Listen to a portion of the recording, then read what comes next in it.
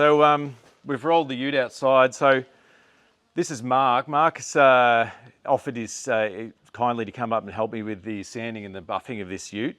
As you know, the orange peel was pretty hefty when I did the paint job. So not having much experience in it, Mark said he'd come and help me, and he's a professional spray painter, so he knows what he's doing. If you've been watching YouTube channels on cars and stuff in Australia, you would know that Mark's pretty much the front man for DNA Paints in Melbourne. They do a variety of awesome paints and some virtual chrome and all this kind of stuff. He's also got his channel called Bog Dust for Breakfast. Bog Dust for Breakfast. Yeah, Bog Dust. Yeah. And I've been watching a lot of Mark's stuff. He's one of the reasons I bought that Wellcome gun. And a lot of the tips and tricks I've actually got from him and applied to doing this ute. So, Mark, welcome to the channel, and thanks for coming up, mate. So, cheers, could you give us a bit of a rundown on what we're going to do today and also your role at DNA, I guess? Yeah, sure. So basically the role at DNA is doing all their online tech support. So all their social media platforms, all the messages kind of come through me, and I get a lot of questions about, I guess, like the application of paints, how to set up spray guns, and a few more questions along the technical side. But yeah, so that's pretty much what I do at DNA. I do a lot of their online video on YouTube and their Instagram. So what Bog Dust for Breakfast is basically aimed at is, I guess, teaching like the beginners how to, I guess, do body repairs and paintwork in their home like garage, exactly what you've done on the old ute here. So yeah, I try and put in as much information in my videos as I can without, I guess, overloading people, because I guess when you've been doing it for a long time and working for like a role in which I do at DNA, it's kind of one of those things I kind of sometimes, you know, brush over stuff. Yeah, brush over stuff. But so jumping on to Barnsley's ute. So what we're going to be basically doing, guys, is I want to blade out all the runs. So there's a few little runs on it. They're not overly that big. It's one of those things. Sometimes when you're painting in a home shed, sometimes lighting can be a little bit hard to see the paint going on and that. So we've got a few runs, so we'll be using razor blades on them. We're just going to be working the blades along the runs going one way. So we'll pretty much get rid of the runs, probably 98%. So once all the runs have been taken care of with the razor blades, we're going to be jumping on to the Dura blocks. We're going to start blocking down the body and removing all the orange peel. So we want to basically start with like a grit of about 1200 or 1500. We're going to block the whole body down, removing all the orange peel, and then obviously jumping down to that 2000 and then 3000, then start the polishing stage. Yeah, okay. But anyway, I reckon we'll just rip straight in because we've got a fair bit of work to go and see how it comes out. All right, so I'm just rolling with it here. We'll just get stuck in, and I'm just going to film Mark doing the first run. So what's the thing we sort of look for straight away? All right, so basically what you want to be doing when using a razor blade on like the runs is keeping the blade dead flat with the panel. You want to be very mindful of the corners of the blades, especially on like a panel that's not dead flat. So I wouldn't recommend going long ways in a concave kind of area. You want to have it like vertical and go up and down. So that's why you can see here the pattern that I've left on that clear coat's kind of up and down, where this one's more side on, where the panel's a lot flatter. So I like to fill the panel quite regularly and just make sure that I'm keeping that run like consistent. Like you don't really want to be blading too much out. I usually like to try and get pretty much 95% of the run out. And then obviously because we're going to be blocking down the panels, the other pretty much just like the 2% that's left in the run will get all blocked out. Yeah. So, but yeah, that's pretty much it really. And as you can see in this light, like the orange peel's vicious, and Mark, having the eye that he has for paint, has noticed a few other dry areas, like inside of this jaw jam here is quite dry. And dry being that, you know, I haven't applied enough clear coat basically. And so it appears that this kind of sandy, sandpapery kind of feel when you run your fingers over it. And it does that looks quite dry there. It doesn't look like there's much product on there at all. So little things like that, I guess. What do you sort of suggest for that, Mark? You know, like if there's a dry spot in the door jam, you're not going to see it that much. Can you buff that out much, or is that It's one of those things. I wouldn't, because usually when you start on the sides, but you want to start with around that 1200 grit to 1500 grit. And that's on something that's got a lot of orange peel. When you've got a lot of dry orange peel, where maybe there hasn't been a full coats of clear being applied, I'd pretty much start from about 2000 and then just knock the top off with that with 3000 and then polish it. You don't really want to be sanding too much of that dry overspray because sometimes it's pretty hard to see if something's got either a lot of clear on it, but it's got a lot of orange peel, or something that hasn't got a lot of clear on it, which also has orange peel. So trying to work out which way what the paint's gone can actually work in your favour or against you. So yeah, if you can save on all the, I guess, harsher sanding, you can actually save it. Yeah, save it. Yeah, so, okay. Yep, no dramas.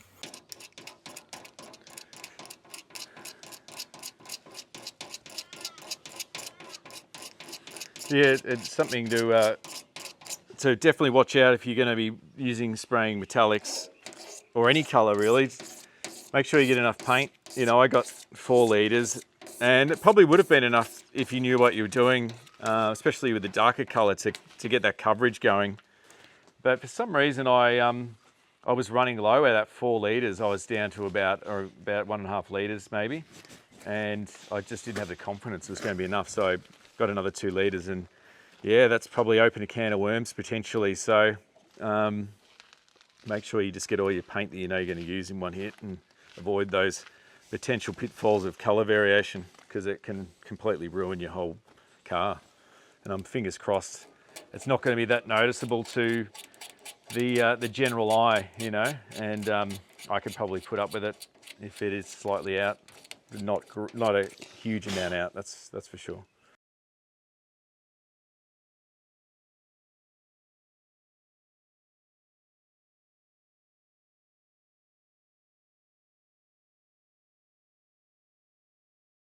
So I'm going to start with one of the, I guess, the longer blocks.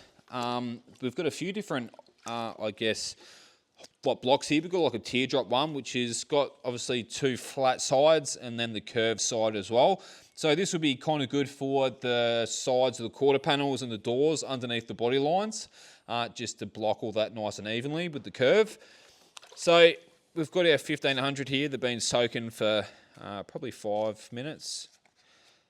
And we're just going to wrap that around the block. And you can really see the orange peel in this light here. So yeah, so when you run the block over the top, you'll kind of knock the surface off,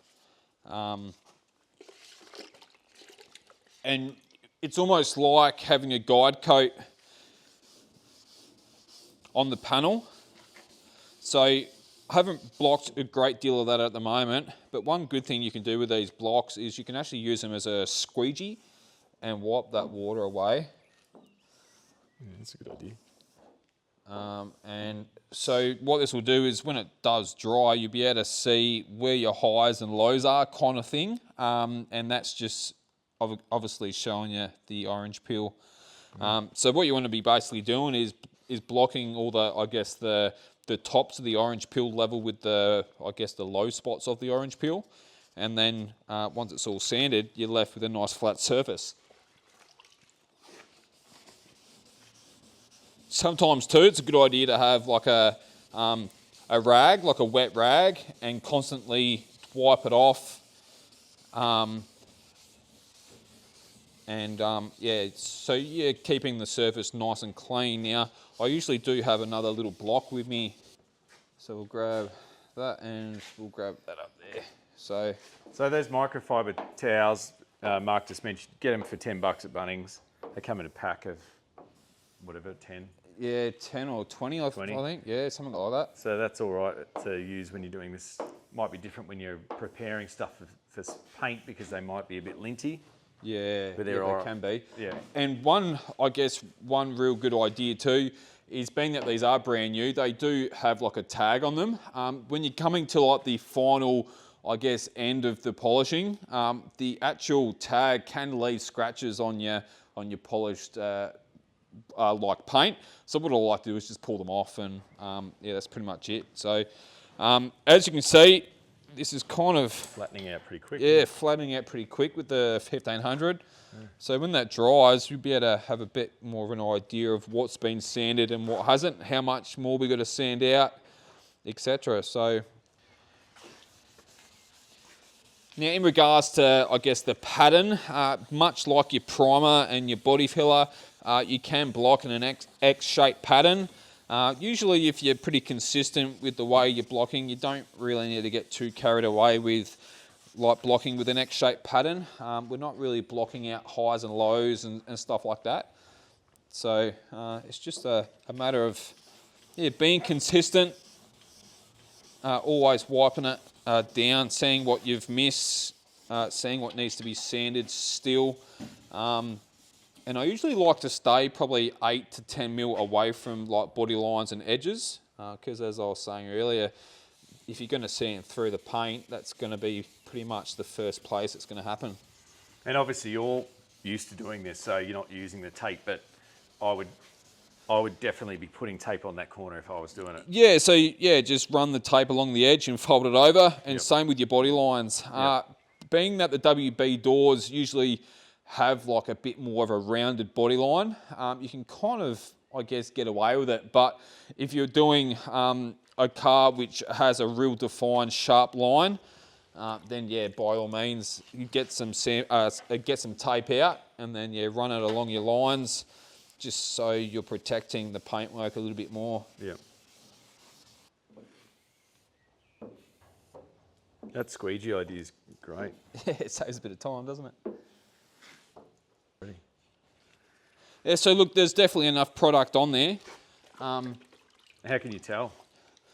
Well, it's a little bit hard to, I guess, tell. It's more of me so much going by your word when you said you put four coats of clear on these. I think even 5 on that door. Yeah, okay. Yeah. So look, it's one of those things. So as I was saying to Barnesy earlier off camera, is that his 4 coats might be equivalent in regards to how much product to my 2 coats. So I might put my paint on a little bit wetter. But so when someone says, there's 4 coats of clear on there, that could be equivalent to my 2. So you're always going to be wary how much product is on there. Yeah, and I mentioned to Mark that I've got a micrometer or whatever it is, a paint... micrometer, Micrometer, a depth gauge for how deep it is, but obviously that measures everything to the metal, so it's not really accurate to telling you how much clear is on there, because it's going to be measuring the primer, the bog, everything. So you've really just got to know by mentally how much you put on. Yeah, so when I guess we could talk a little bit technical, I guess, with microns and the measurement of the film thickness on your panels. So pretty much a car from factory is usually between that 100 to 110 microns, around there, 120, 125 microns. So if you're measuring a car and it's got, say, 300 microns, chances are it's been sanded, it's probably been primed, maybe it's got a few small repairs on it, and it's been painted, I guess, a couple of times. But look, that door's coming up pretty good. Pretty much 90% of the orange peel's out. So one thing to look out for too is you can see there's a bit of a high spot just here and shiny around it. So that's actually a dust denib. Right. So obviously areas like that you want to give a little bit more of a sand and try and block that out. And you don't use the razor at that point, you just keep sanding. Yeah, just keep sanding. When it's dust and stuff on the surface, you don't really need to be using razor blades on that. Or even a tungsten. You've got to be so careful with a tungsten block. Many years ago, I actually used a tungsten, and I was probably a little bit inexperienced with using one, and it's kind of put a fear in me using them. Instead of me just shaving the top of the dust nib off, I actually ripped the dust nib out of the paint and left a hole in the clear coat. So it's kind of put, I guess, a fear in regards to using the tungsten. So yeah, razor blades and blocking is a little bit safer. But yeah, look, as you can see there, that dust nib's now disappeared, and we can continue sanding. All right, we might time lapse the rest of this, then we can come back and once it's all flattened down, and we'll go to the next stage. Yeah. Yeah, sounds good. All right.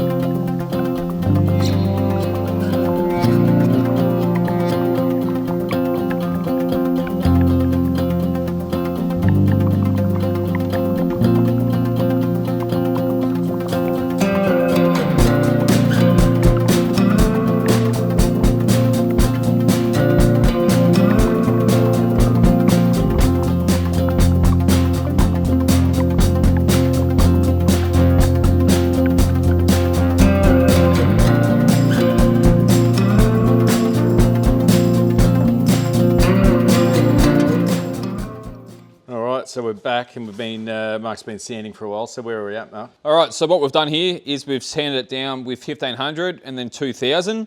I'm actually using like a wet rag. I'm going over it, just wet checking it. Because once it's been sanded like it is now, it's pretty hard to see if there's any areas which need sanding more. So by wet checking it, you can really look down it, use the light and stuff. And there was a lot of orange peel on these panels. It's one of those things too, because I never painted the car, it's hard to judge how much product is actually on there. So I thought I'd play the safe card and start sanding with 1500. I then jumped up to 2000. It turns out, yeah, there's heaps of product on here, which is really good. But I reckon for the rest of the panels on the car, we'll start with 800 grit and just basically knock all the orange peel out, then jump to like 1000, 1500, 2000, etc. But yeah, look, this panel's come up pretty good. It is pretty flat. So what we're going to do is we will use a cutting compound with a foam pad and then basically bring all the gloss back up, which will obviously remove all the 2000 grit scratches which are visible on the panel. And yeah, that's pretty much it. And we'll start tackling the quarter panels. Yeah, cool. All right, so yeah, we'll just give this a crack, and then once we've done this in the quarter panel, we're going to line this door up and see if that paint that was the second batch of paint mixes or matches with the old paint. So fingers crossed.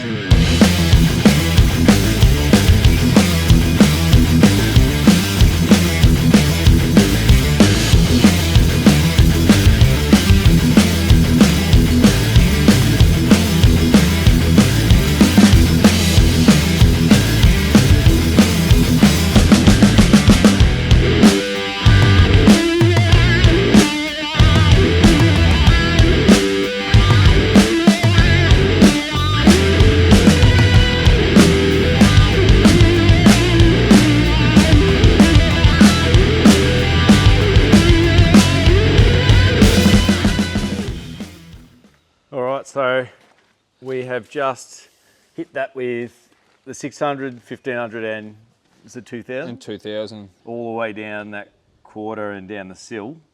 And now it's time to start doing some cutting and buffing. So yeah, what's the next stage, huh? Normally on something like this, you wouldn't really start with 600. That is pretty coarse. The only reason why we went 600 is we didn't have any 800 available here. So that was the next best thing. So I guess we just gave that a really good block, and then we're really fussy with how much we were blocking with 1500 grit, because we really want to get those 600 grit scratches out, which will make the polishing process a lot faster. So here we've got two main products. We've got a scratch cut and a scratch finish. So the scratch cut is like your cutting compound. So it's got like a sand or like a grit in the compound or in the product. And that is paired up with a wall pad. Now the wall pad will generate a lot more heat than the foam pad. and it is a really good idea too when these pads are brand new, is that you do get some of the compound and kind of massage it into the pad, because being brand new pads, they will generate a lot of heat, and you're really got to be mindful of all your body lines and edges of the panels. So pretty much what the scratch cut will do is bring the gloss back. It will remove all the sanding scratches out of the panel, and then once we're happy that all the sanding scratches have been removed, there will be holograms over the paintwork, and that's where the scratch finish comes in. So that is a hologram swell remover, which will obviously, as I said, remove all those cutting scratches and the holograms from the scratch cut. So both of these products are available on the DNA Paints website. And there'll be probably links down in the description as well. So the product is Normfest. So what Normfest is they pretty much cater from everything from sandable primers to wet on wet primers, like plastic primers. I guess a fair bit of like in-car, like interior cleaners and stuff like that, but also the paint correction and polishes as well. So that one there is that a swirl remover, and then that one's the polish, is that right? No, so this one's the scratch cut. So this is a cutting compound. So if there's any light scratches on your car, any swell marks or light scratches, that's what the scratch cut's going to be removing. Right. Because of the compound and because of the way that a polisher works, it's obviously we're using orbital polishers. So that's a rotating, I guess, pad, which with a scratch cut compound, it actually makes holograms, which you'll see not so much in the shade, but more so when you get it outside in the sunlight, you'll really see those holograms, and that's where the scratch finish comes in. We'll remove those. So yeah, okay. there is a third stage as well, which we'll probably do by hand afterwards. Yep. But this just gives you a good idea, I guess, the basics in what we're going to be doing. So all right. Yeah. All right. No worries. Well, this is the exciting part, and this is where the panel will turn into a bit of glass, hopefully. So let's get into it.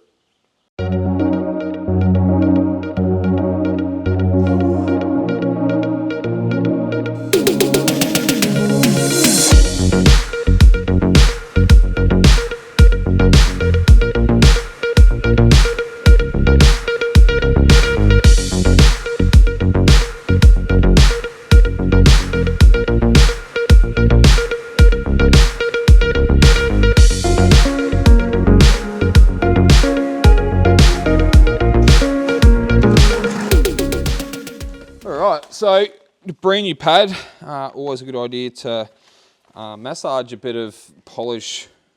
This pad will get pretty hot straight away, and by massaging it in, it's good to spread it around the panel as well. Like that there should be enough to polish pretty much this whole area. So by spacing it out and kind of massaging it into the pad helps. So this buff's multi-speed, so it's a really good idea to start on a really low speed and then work your way up. You don't want to jump straight on max speed and burn a hole in it, or burn the paint. So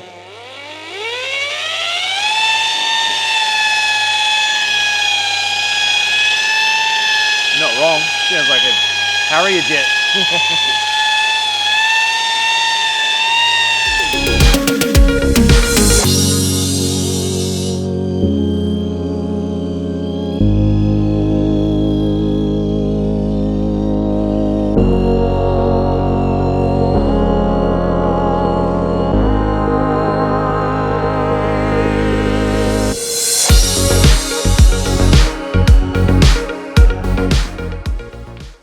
So we've just been going for about 5 minutes, and you can see that panel there. It's just, it looks like a mirror now. So really happy with how that's turned out. And what are you happy, Mark, with that? Or? yeah, I mean it's good. You know, I'm polishing away. I can start seeing my reflection. Yeah. In it. You know, it's starting to come up. All the air was blocking it all down. It's paying off now with polishing. Yeah, and so I just noticed we were just talking about at this point where you're cutting and polishing, and you find there's a little bit of peel along this body line, which obviously got to be careful about. And you were just saying that generally you'll keep a bit of 2000 grit or something. Yeah, so like I've just got like the bucket beside me with some 2000 grit. Yep. So the plan was not to block the body lines, just in case we sand through. So if you're going to sand through, it's generally on a body line or an edge. So it's one of those things, I'd rather do it by hand during the polishing process. Then at least I can feel it, I can keep sanding, feel it, and then start polishing, and then you'll have a nice straight side. So. All right, well, we'll just do that. And once that's done, Mark was saying that at the moment there's a bit of a haze going on, which is that hologram effect he was talking about, which will even become deeper and richer once you get to that polishing stage. So looking forward to that. Okay, so we've got the quarter panel buffed and polished. And yeah, it looks fantastic now, really glassy.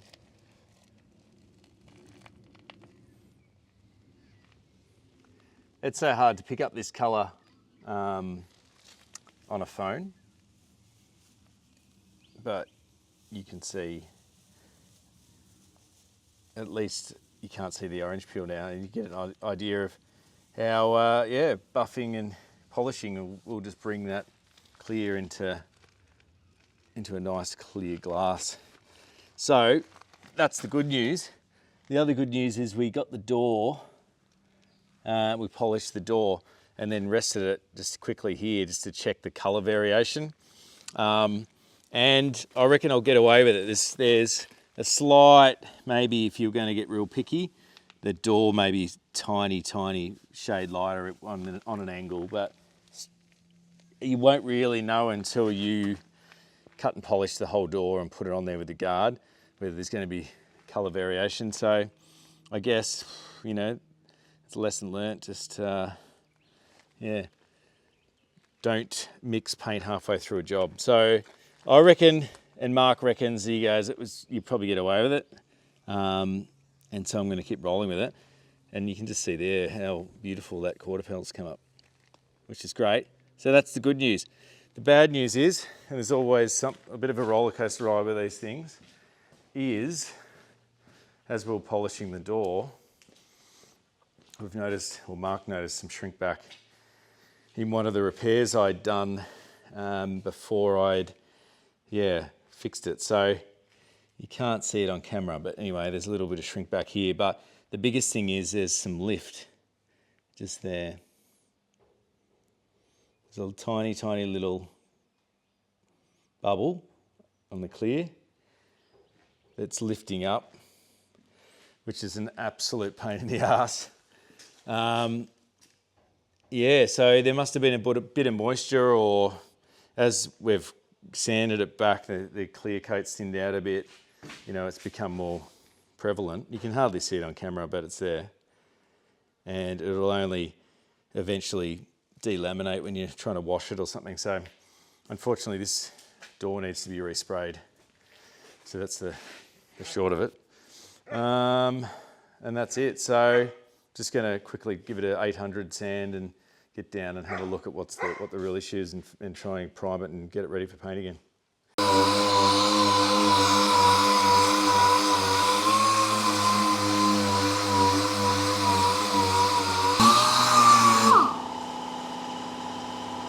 All right, so Mark's, we've turned this polishing, buffing / polishing mission into a repair mission, and Mark's offered to just quickly do a repair on this door. So yeah, this build has just been a roller coaster ride. So this is just another little hump in the journey, but yeah, I just need to fix this this delamination that's happened here. I reckon, and Mark sort of agrees, that it might have been a bit of moisture that's fallen off the gun during the primer stage, and it's just fallen on top of that primer, and the base coat hasn't, I haven't seen it, and the base coat hasn't adhered to it. So we don't really know. There is a repair line behind this as well, which is it's bang on, and yeah, we don't really know if that's potentially the issue as well. So I'm going to be seam sealing behind there, which I should have already done, but you know, it's like you just sort of get carried away.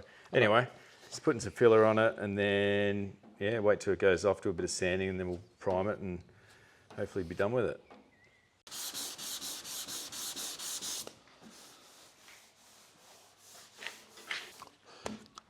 There's a lot of 80 scratches here because that's all we had. So I'll probably just orbi those out. Yeah. I'll probably feather this edge out here with the orbital sander as well. But apart from that, yeah, that little low spot's all gone, all blocked out. Okay.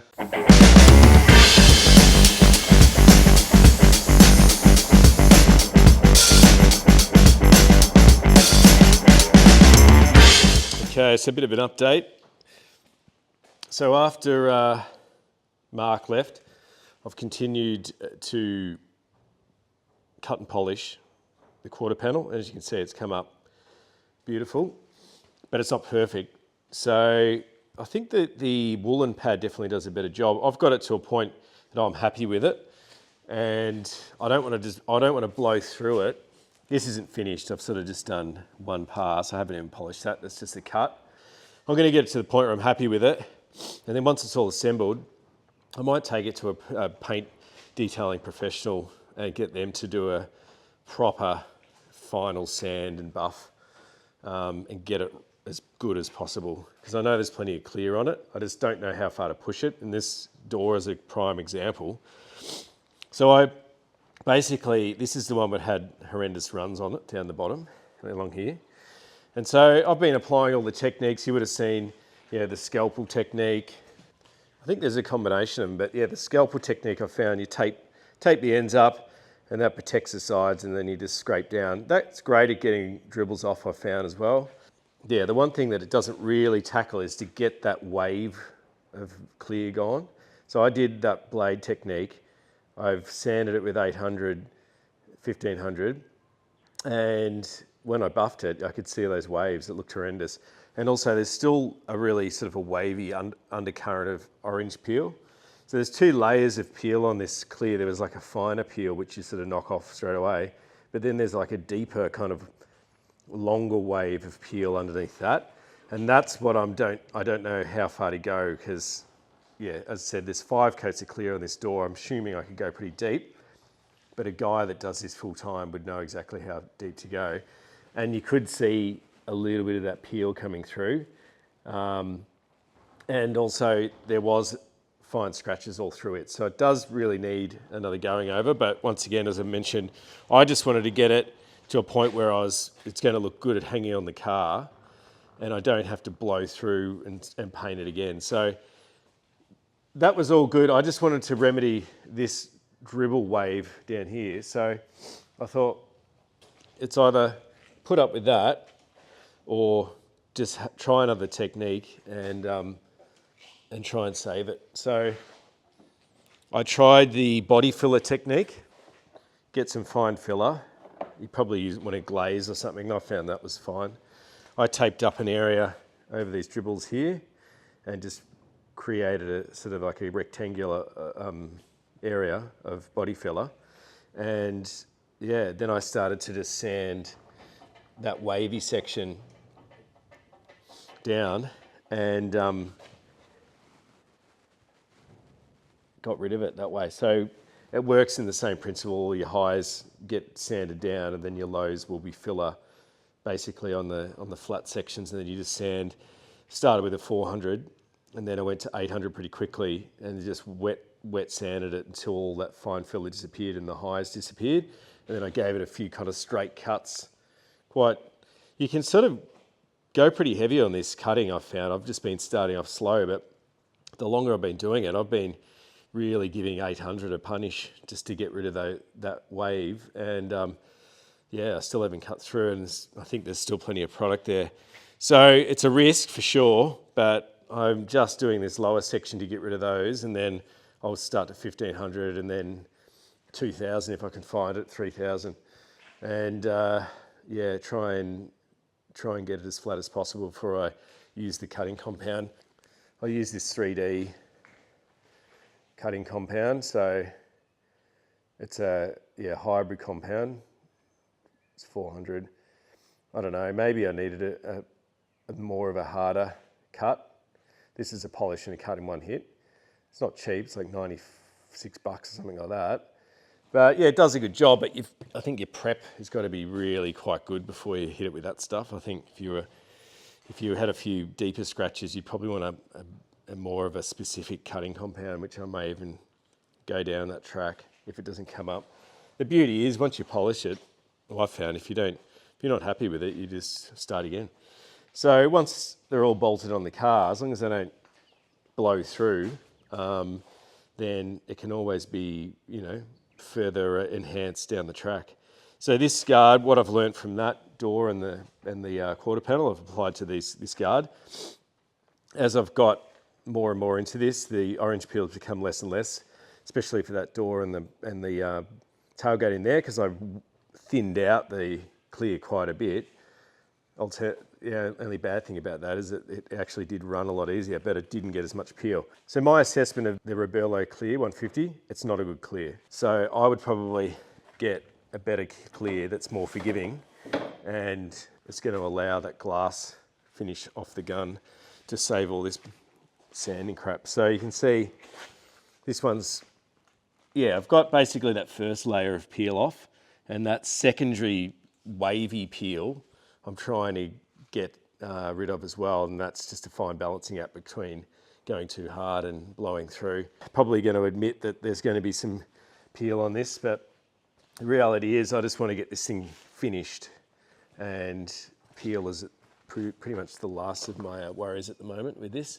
This is the other guard. You can see this has got a big run there that I've been sanding off, which with that new technique with the body fill will be a lot easier. The rest of it's pretty good. So yeah, just chipping away at it, really.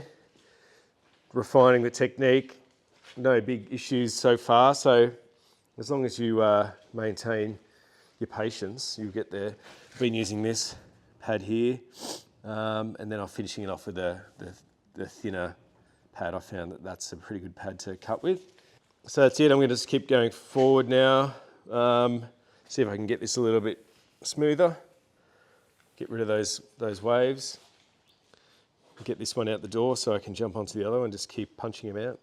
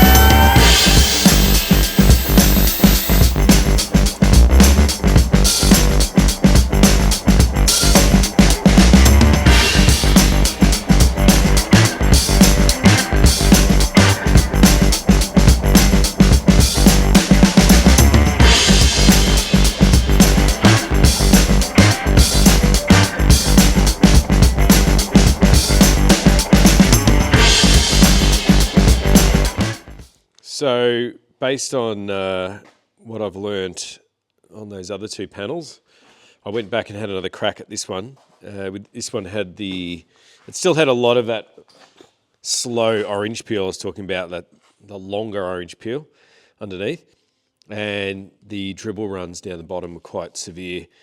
There's a bit of a wave down the bottom. So I went back again and hit it with 800 and a good flat stroke, and I used the larger Durablock and the smaller one. I think when you're trying to get rid of this peel, you can do your crisscross motions, but also I found that you can just go straight back and forth and really just try and cut it out. Yeah, you can cut it out. You cut the orange peel out that way, and then refine those cut marks with your higher grits later on. So yeah, now I've got basically the other door to go and the tailgate, and then I'm going to move on to the other side of the quarter panel. and the roof. And then that's pretty much it. So yeah, learning all these smaller panels has given me some good techniques to then apply to this bigger panel over here. So on the other side, and also the roof will be pretty easy. It didn't have a huge amount of peel. And this side's been done already. So really it's just, yeah, applying all that over to this side here. So really just got to keep going with those other panels until they're all done. All right, so I've got the other door out. So this is the resprayed door. So we had a delamination in the middle there, so repaired it. Then the repairs ended up being too high.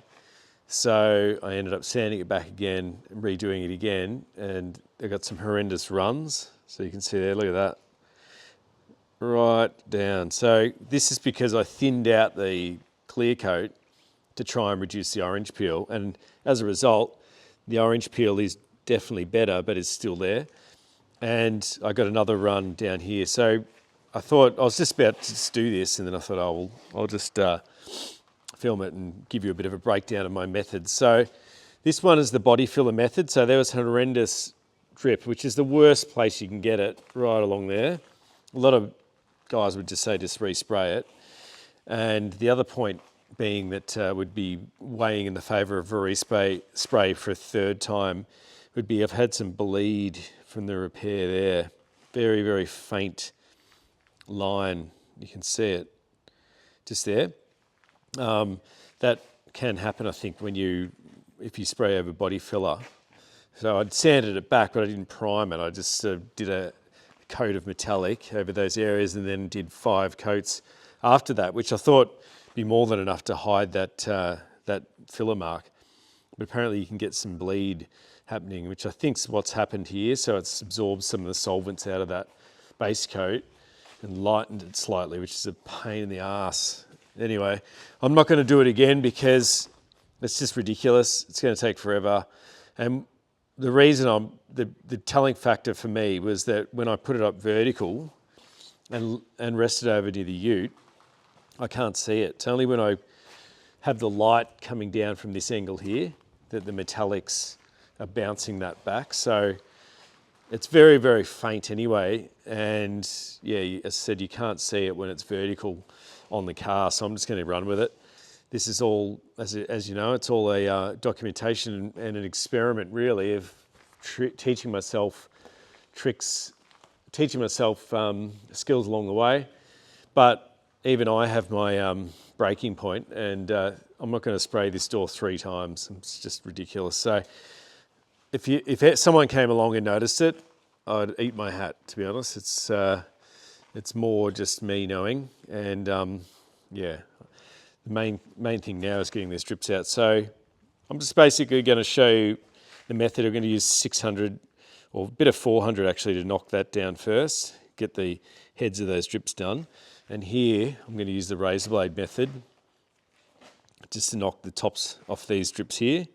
And then I'm just going to use 600 to feather it out. So those 2 methods will get rid of both of those horrendous strips.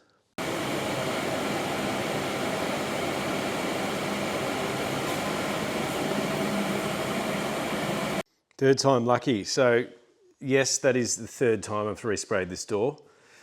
So what happened after I was doing that drip repair, that technique with the body filler actually is really good, and it was working well. I didn't record it because I literally cracked the shits because I burnt through. I did a tiny little blow through. There's a little high right down on the bottom there, and yeah, it just blew through to the metallic. I couldn't save it. It didn't matter. I tried doing a little touch-up respray, but yeah, it was literally like 4 centimeters by 5 mil. But I couldn't live with myself. So based on the fact that there was a tone change there and there anyway, I thought, you know what, I'll just respray it again. The only downside of doing that is I'm running out of metallic. I've got the bonnet to go and the stone deflectors underneath, so they don't matter so much. Oh, sorry, the nose cone and the bonnet as well.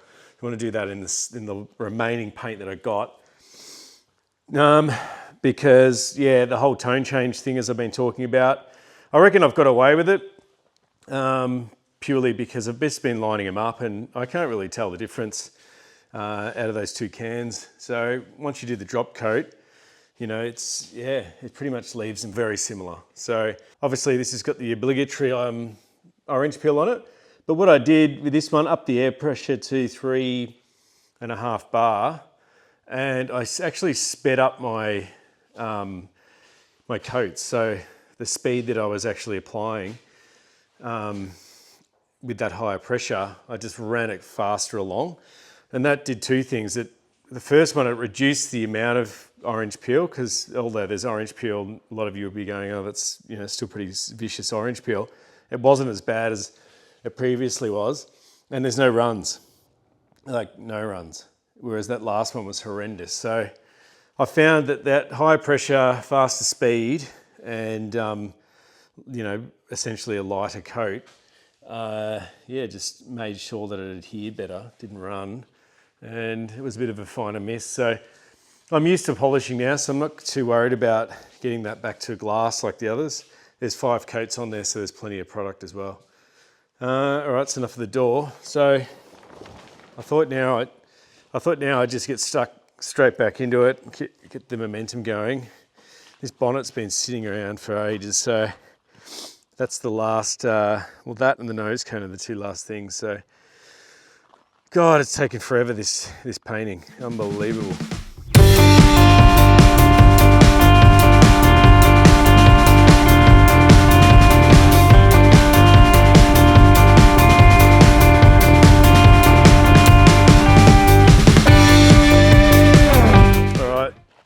Bonnet sanded. This is the epoxy. So you can see there's a lot of lows there. A couple of big ones from someone's arse sitting there, no doubt. So I may just I'm going to try something a bit different this time, because the quarters just took forever last time when I was doing this. I want to get this done quickly. So I'm just going to give it a light skim filler in the darker spots, maybe even up the back. But then I'm going to leave the rest and all those little tiny little dots. I think this might have been previously suffered a bit of hail damage potentially. I know when I've got the ute, I remember seeing a couple of hail damage dints on the roof, and I reckon there was some on the bonnet as well. So not extensive, but you can see there's a lot of little lows, which indicates probably, you know, a bit of hail damage. So what I'm going to do is I'm just going to do about 3 or 4 coats of that high build, really pack it on, and that way I'll just give it a nice even skim right over. I tried with the body filler to try and do that, skim the whole thing. It just took forever and it ended up being a nightmare.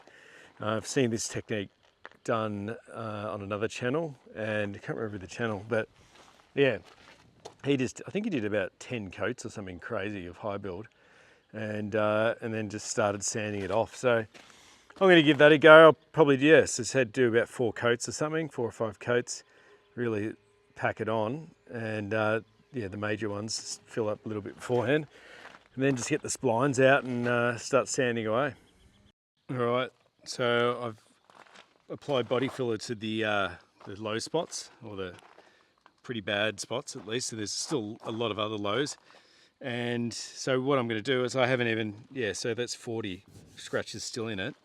I've just sheared the tops off, made sure it's reasonably accurate, and then I'm just going to fill all those little scratches and stuff in with the high build. And that does work as well, because I use that technique on the radiator support, and it worked beautifully, and it saved me so much time. And so I've also used it on the inner guards as well, like just basically use that high build as bog, and it comes in so much nicer, as opposed to trying to get a nice even coat manually and using those splines. And it's just a bit of a nightmare. You're chasing highs and lows all the time. So I find this method, especially when you've got smaller dints that you could probably fill with high build, then it's perfect for large surface areas like bonnets and quarters and things like that. I found it as a game changer for me to try and feather out those little lows. So, all right, just going to put it on now. Okay, so I did about 4 coats, I think it was, of that polyester surfacer, and then sanded it back with 80 grit. It was probably a little bit too aggressive, the 80 grit, but what I'll do after that is I'm going to do another 3 coats of that polyester surfacer after this stage, and then I reckon that's it. So basically I had I think it was about 20 or 30 low spots, which probably would have been something to do with the few of those hail damage marks that I spoke about. And so basically that's polyester surfacer got rid of all those without having to use filler. Now I could have gone through and done what I've done here for those low spots and just beforehand, but I just sort of trial that method, and it does work. It's got pretty much rid of 20 of those smaller spots without having to go through and do filler and then sand it back. So it's a lot easier to just spray it on as opposed to just applying it and then feathering that out. And so then I've done another run of some filler. These 2 marks are still a little bit too low. There's just a few little tiny low spots. I guess that section there, I was thinking when you slam the bonnet down, it's probably where people have pushed down with their hands, not so much sitting on it. Also, you tend to sit on the front as well when you're, talking with someone. Some people tend to sit on the front of the bonnet, so it could be that or the hand. Couple of high spots, so pretty much that's my method. I filled out all those low spots. I'm going to sand them back with some 80, and then I'll do about 3 coats of the polyester surfacer again over there to feather out all those 80 scratches, and then I'll do a 320 over that, and then finish it off with the 800. So yeah, that was the method I've used previously for those smaller panels, and it worked really well. It was a lot faster than my previous methods on the quarter panels. So unfortunately, I've run out of time to finish this bonnet. I just want to get this episode out because it's been such a long time. I've got so much on at the moment, I just cannot find the time to finish this off. So apologies once again for dragging it out. It's just the way it is, unfortunately. All right, well, that's a wrap for this episode. I'd like to thank Mark for coming out and showing us the ropes with cutting and polishing clear coat. As you agree, it's a great result on this quarter panel and the guards, and I'm going to take that knowledge further to finish the rest of the ute.